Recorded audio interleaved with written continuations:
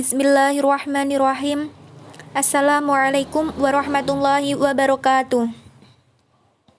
Alhamdulillahirabbil alamin wa bihi nasta'inu ala umuri dunya waddin. Wassalatu wassalamu ala asrofil anbiya'i wal mursalin sayyidina wa maulana Muhammadin wa ala alihi wa sahbihi ajma'in. Amma ba'd. Yang kami hormati Bapak Nafiul Lubab MSI selaku dosen pengampu mata kuliah Tafsir Tarbawi dan teman-teman kelas PAIA yang saya cintai dan saya banggakan. Di sini kami dari kelompok 1 yang beranggotakan Siti Nurhalimah NIM 01, Nuria Najah NIM 06, Lina Muhayanah NIM 37, Diana Zulfa NIM 38. Kami akan mempresentasikan makalah Tafsir Tarbawi yang berjudul Perbandingan Makna Pendidikan menurut Undang-Undang Sistem Pendidikan Nasional Nomor 20 Tahun 2003 dengan makna pendidikan tarbiyah menurut Quran Surat Al-Isra ayat 23 sampai 24. Baik, mari langsung saja kita lanjutkan ke latar belakang. Dalam pendidikan Islam, istilah pendidikan biasa diterjemahkan dengan beberapa kosakata, di antaranya yaitu tarbiyah, tadris, ta'dib, dan ta'lim. Pendidikan sangat berpengaruh terhadap kemajuan dan perkembangan suatu bangsa, karena kemajuan dan perkembangan suatu bangsa sangat dipengaruhi oleh sumber daya manusia yang berkualitas, baik dari segi pendidikannya maupun moralnya. Persoalan moral merupakan permasalahan serius yang menimpa bangsa Indonesia. Setiap saat, masyarakat dihadapkan pada kenyataan merebaknya dekadensi moral yang menimpa kaum remaja, pelajar, masyarakat umum, bahkan para pejabat pemerintahan. Seperti contohnya yaitu merebaknya aksi kekerasan, tawuran, pembunuhan, bahkan dalam pemerintahan berupa ketidakjujuran, korupsi, manipulasi, dan lain sebagainya. Oleh karena itu, untuk mengatasi permasalahan moral tersebut, dibutuhkan sesuatu cara untuk menanganinya, yaitu dengan cara penerapan sistem pendidikan yang mementingkan pendidikan moral dan akhlak. Oke, langsung saja dilanjutkan, yaitu dengan makna pendidikan. Pendidikan dalam bahasa Yunani berasal dari kata pedagogik, yaitu ilmu menuntun anak. Dalam Kamus Besar Bahasa Indonesia, pendidikan berasal dari kata dasar didik, mendidik, yaitu memelihara dan memberi latihan, ajaran, pimpinan mengenai akhlak dan kecerdasan pikiran. Dengan menurut Ki Hajar Dewantara, pendidikan yaitu sebagai daya upaya untuk memajukan budi pekerti, pikiran serta jasmani anak agar dapat memajukan kesempurnaan hidup, yaitu hidup dan menghidupkan anak yang selaras dengan alam dan masyarakatnya. Menurut Edgar Dale, pendidikan yaitu usaha yang dilakukan keluarga, masyarakat, dan pemerintah melalui kegiatan bimbingan, pengajaran, dan latihan yang berlangsung di sekolah dan di luar sekolah sepanjang hayat untuk mempersiapkan peserta didik agar dapat memainkan peranan dalam berbagai lingkungan hidup secara tetap untuk masa yang akan datang. Yang terakhir yaitu menurut Abdurrahman Saleh, pendidikan yaitu proses yang dibangun masyarakat untuk membawa generasi-generasi baru ke arah kemajuan dengan cara-cara tertentu sesuai dengan kemampuan yang berguna untuk mencapai tingkat kemajuan paling tinggi.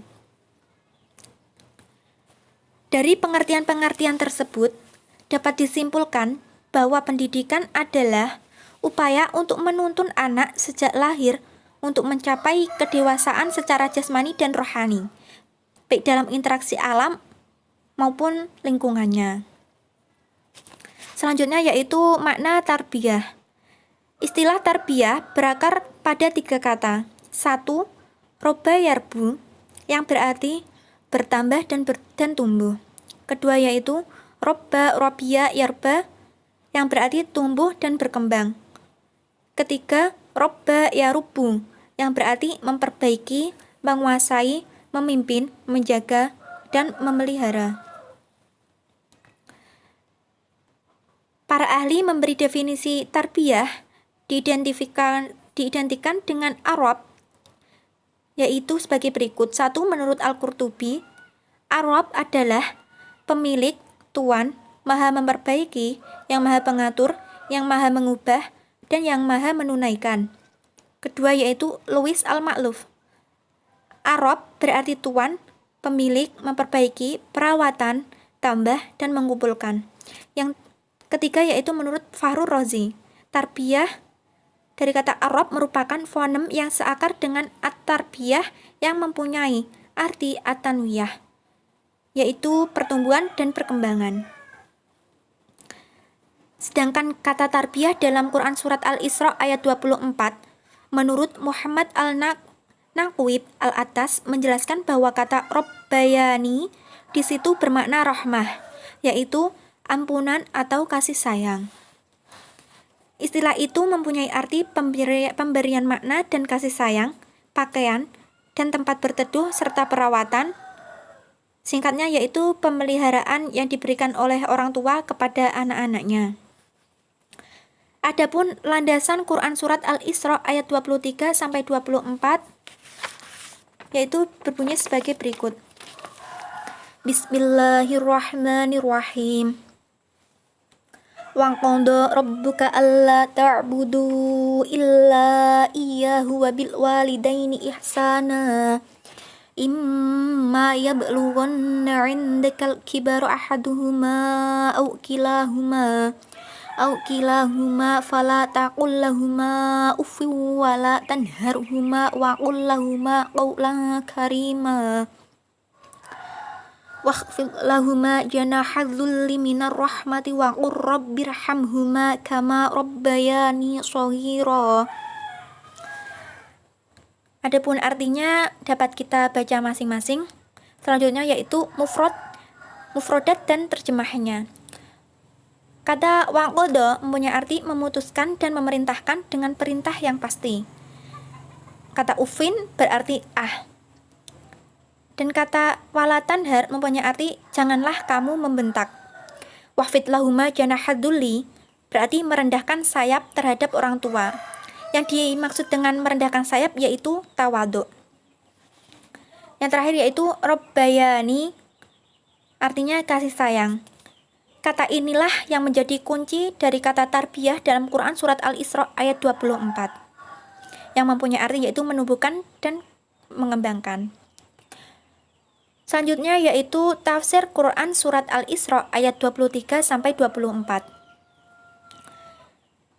Kata tarbiyah di dalam Al-Quran terulang sebanyak 952 kali yang terbagi beberapa bentuk. Pertama yaitu isim fa'il Robbani terulang sebanyak 3 kali yang semuanya berbentuk jamak Robbanin atau Robbaniyun. Juga mempunyai relasi dengan kata ta'lim mengajar dan tadris belajar. 2 yaitu masdar rob. Bentuk ini dalam Al-Quran terulang sebanyak 947 kali. 4 kali berbentuk jamak arbab, 1 kata berbentuk tunggal, selebihnya diidomatikan dengan isim sebanyak 140 kali yang mayoritas dikontekskan dengan alam. Selanjutnya dikontekskan dengan masalah nabi, manusia, sifat Allah, dan Ka'bah. Adapun karakteristik Quran Surat Al-Isra yaitu Surat Al-Isra ini tergolong dalam surat Makkiyah dan memiliki jumlah ayat 111 ayat. Surat ini mempunyai beberapa nama, antara lain yang paling populer yaitu Surat Al-Isra dan Surat Bani Israil. Dinamakan Surat Al-Isra karena awal ayat ini berbicara tentang Isra, sedangkan dinamai Surat Bani Israil karena berisi tentang pembinaan dan penghancuran Bani Israil. Sebenarnya, selain kedua nama tersebut, surat ini juga mempunyai nama lain yaitu disebut dengan surat Subhana, karena pada awal ayat tersebut dimulai dengan kata Subhana. Adapun asbabun nuzul dari Quran surat Al-Isra ayat 23 sampai 24 itu tidak mempunyai asbabun nuzul atau sebab-sebab turunnya Al-Quran ini, ayat ini. Yang berarti Quran surat Al-Isra ayat 23 sampai 24 ini tidak memiliki sebab khusus ketika ayat ini diturunkan. Mengenai munasabah ayat dalam Quran surat Al-Isra ayat 23 sampai 24, ayat ini bermunasabah dengan ayat sebelumnya dan sesudahnya, yaitu ayat 22 dan 25. Munasabah ini berbentuk persambungan dengan cara diatofkan surat Al-Isra ayat 23 dan 22 dan 23 dengan menggunakan atof berupa wawu. Kemudian ayat 24 dengan 25 disambungkan dengan lafaz Rabbukum yang merupakan bentuk jawaban dari ayat sebelumnya. Selanjutnya yaitu penafsiran mufasir dalam Quran surat Al-Isra ayat 23 sampai 24. Di sini kami membahas penafsiran menurut Ahmad Mustafa Al-Marogi. Nomor 1 yaitu wabil walidaini ihsana, yang artinya yaitu berbuat baiklah kepada orang tua supaya Allah bersamamu. Kedua yaitu fala taqul lahuma uffi wala tanharhuma wa qul lahuma qawlan karima, artinya janganlah kamu berkata uffin dari apa yang kamu lihat dari salah satu orang tuamu atau keduanya, yang menyebabkan secara umumnya manusia merasa sakit. Bersabarlah dari apa yang dilakukan keduanya, sebagaimana mereka sabar terhadap kamu di waktu kamu masih kecil. Janganlah kamu menyusahkan keduanya dengan kata-kata yang mencela mereka. Oleh karena itu, dilarang memperlihatkan perbedaan kedua orang tua dengan ucapan atas penolakan dan menganggap bohong kepada mereka. Dan hendaknya kamu mengatakan kepada kedua orang tua dengan perkataan yang baik, yang disertai memuliakan dan mengagungkan. Kata ufin di sini mempunyai arti Bila kata ufin saja kita tidak diperbolehkan, jika menggunakan ilmu fikih, maka kiasan yang lebih tinggi, maka kita sangat-sangat dilarang. Berkata saja tidak boleh, apalagi kita berbicara keras, kasar, atau bahkan memisuhi orang tua kita. Itu sangat tidak boleh. Kita dianjurkan untuk mengatakan perkataan yang baik terhadap orang tua kita. Selanjutnya, wahfid lahuma janahadzulli minar rahmati, yaitu bertawaduklah kepada kedua orang tua dan merendahkan hati, dan menaati dalam semua perintah yang tidak mengakibatkan maksiat kepada Allah, karena rahmat dan kasih sayangmu kepada kedua orang tua.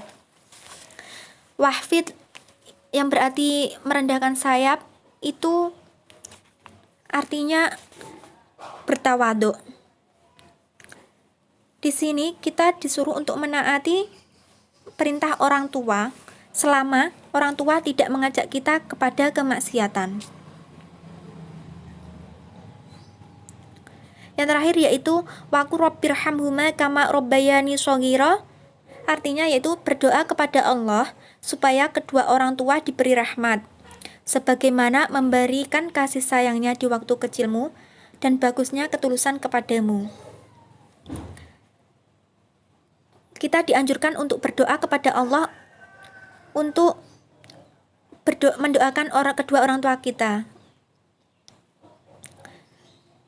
karena kasih sayang orang tualah yang mampu membesarkan kita sampai kita menjadi orang yang sangat bisa diperlukan oleh orang lain. Maka dari itu kita selalu mendoakan kedua orang tua kita agar diberikan rahmat oleh Allah SWT. Selanjutnya yaitu teori pendidikan tentang makna pendidikan. Teori pendidikan di sini ada 4, yaitu pendidikan, pengajaran, belajar, pembelajaran. Pendidikan yaitu usaha sadar untuk mewujudkan suasana belajar agar peserta didik aktif mengembangkan potensi dirinya. Sedangkan pengajaran yaitu sesuatu yang menunjukkan atau membantu seseorang mempelajari cara melakukan sesuatu, menyiapkan pengetahuan, menjadikan seseorang itu tahu atau menjadi paham. Belajar yaitu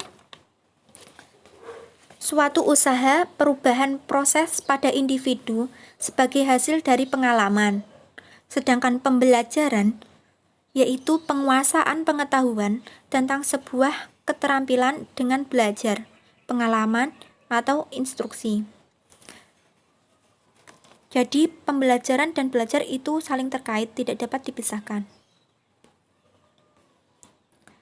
Yang terakhir yaitu mengenai perbandingan makna pendidikan menurut Undang-Undang Sistem Pendidikan Nasional Nomor 20 Tahun 2003 dengan makna pendidikan tarbiyah menurut Quran Surat Al-Isra ayat 23-24.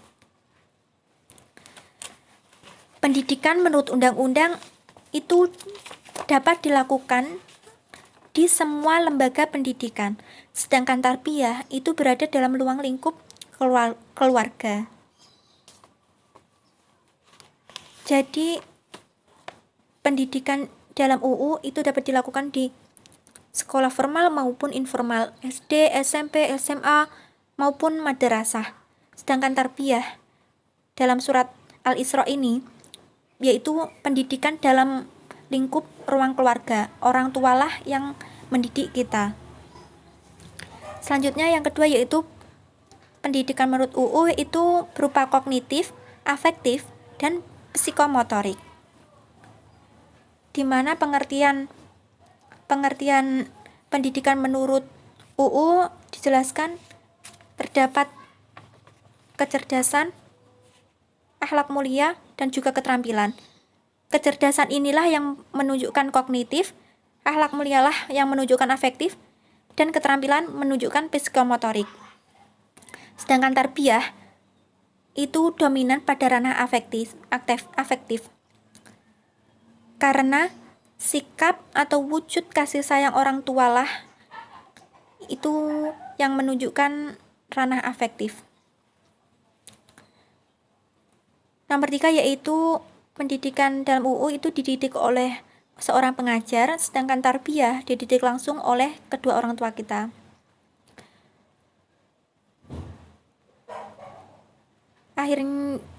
Akhir yaitu kesimpulan. Kesimpulan dalam ini membahas mengenai pendidikan Islam.